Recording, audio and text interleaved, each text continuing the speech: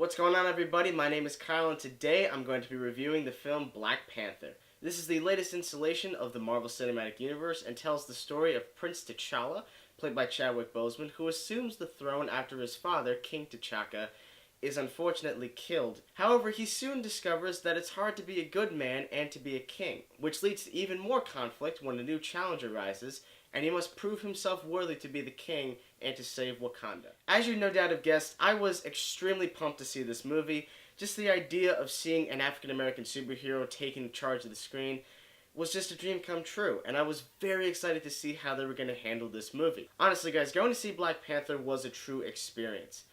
Every single seat was filled in that theater, and I would say probably 85 to 90% of people in the theater were African American. The only other movie I can relate that theatrical experience to was seeing Get Out. All that being said, guys, I loved Black Panther. I thought this was a fantastic movie, and undoubtedly one of Marvel's best efforts. I do have a couple of flaws with the movie, though, and we're going to talk about those towards the end of the video, as always.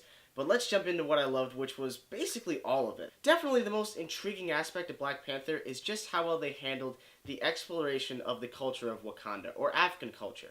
It was really interesting and it felt alive. I felt like I was truly a part of this world, seeing everything unfold and listening to that incredible score. Guys, the music for this movie is excellent. I absolutely loved it. In addition, we also got to learn more about vibranium, how it's used, and why they want to keep it a secret from the world, as well as other really cool technology that I do not want to spoil because this is a spoiler-free review. Now let's talk about the performances. I've been watching Chadwick Boseman since he made his major film debut in the movie 42 playing Jackie Robinson. That's one of my personal favorite theatrical experiences, and I was so impressed with his performance in that film. And it's amazing to see his career ascend over the past 5 years, and now he's playing Black Panther. I thought he was amazing in this role. He absolutely embodied this character. He always maintained this leader persona that just worked because that's who his character is. He's now the king of Wakanda, and he has to prove himself that he is strong enough to be the king. At first I was just a little bit worried about his accent because whenever an American is trying to portray an African or someone who's British, it usually comes off as a little bit odd. But I definitely got used to it. Then we have Michael B. Jordan, who plays the villain Killmonger. And guys, I loved him at times even more than Boseman. He was phenomenal in the role. And I really think he's my personal favorite MCU villain right now. I really think Marvel's beginning to learn from their mistakes in terms of villains.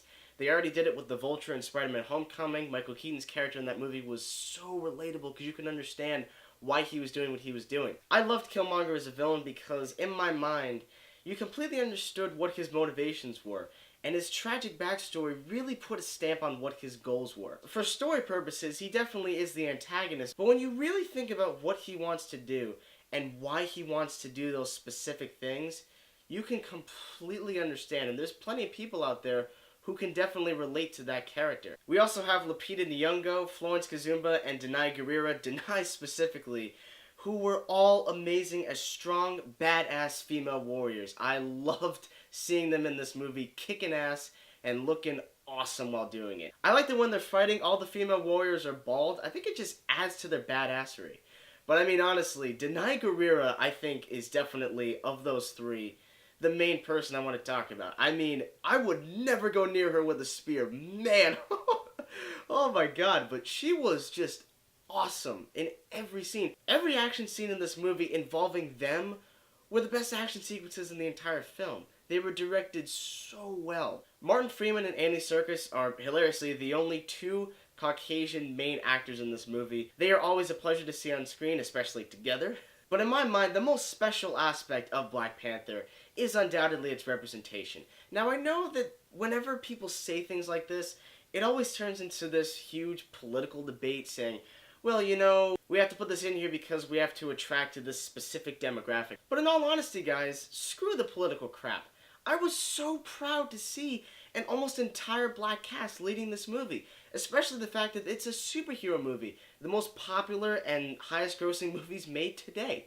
It's so great. Half of my family is African American, so to see all this representation on screen really just brought a smile to my face. It's also great being able to see all of these characters, male and female, being independent, badass people and looking awesome when they do it. I've already heard this movie's grossed over $365 million, which is spectacular. I'm so proud. Guys, as you know, I personally loved this movie. I really did. But I do have a couple of issues with this movie, so let's jump into those. I think the worst aspect of this movie is the CGI. At times, it looked pretty amazing, but for the most part, it did look pretty bad. There were a lot of scenes, specifically the ones involving T'Challa and T'Chaka, that to me just felt way too artificial. It just looked like they were on the green screen the whole time. I also feel some of the action scenes in the movie could have been directed a bit more efficiently, especially in terms of the lighting. The opening action scene involving Black Panther was way too dark. Like, I honestly couldn't see what was going on. It was that confusing. I feel like the end fight scene also could have been brighter. I was a bit disappointed because Ryan Coogler directed Creed, and I felt every action scene in that movie looked incredible. I also felt like the whole third act just felt like the same MCU type battle that we've seen in just about all of the Marvel movies. So it just felt a bit repetitious. I also felt the movie was a tad bit overlong. I think it's 125 minutes. I feel like if they trimmed a little bit out of the first half, it would have been better because the first half of the movie is a bit of a slow build, but I think it took a little too much time. I feel like if they chopped off about 10 minutes of this film, that would have been perfect. But all in all, guys, I loved Black Panther. This is a very important superhero movie. It's great to see all the diversity in it. I truly think Black Panther did something that very few superhero movies are doing these days. It really told a story, rather than trying to focus on huge, explosive action scenes. It really focused on the narrative. And what we got out of it was an intriguing story, badass characters, some fun humor that didn't really feel kid-like, and overall just a very entertaining movie to watch. I would absolutely see this movie again and again and again. I really enjoyed Black Panther, guys, and in the end, I will give this film an A-. You know what, guys? Even great films have flaws, but I really loved this one. So what did you guys think about Black Panther? Did you love all of its representation and diversity? I'd love to hear that in the comment section below. Guys, seriously, thank you so much as always for watching my videos. It really means the world to me. Look forward to my spoiler-filled review of the movie coming soon. Thank you, and stay tuned.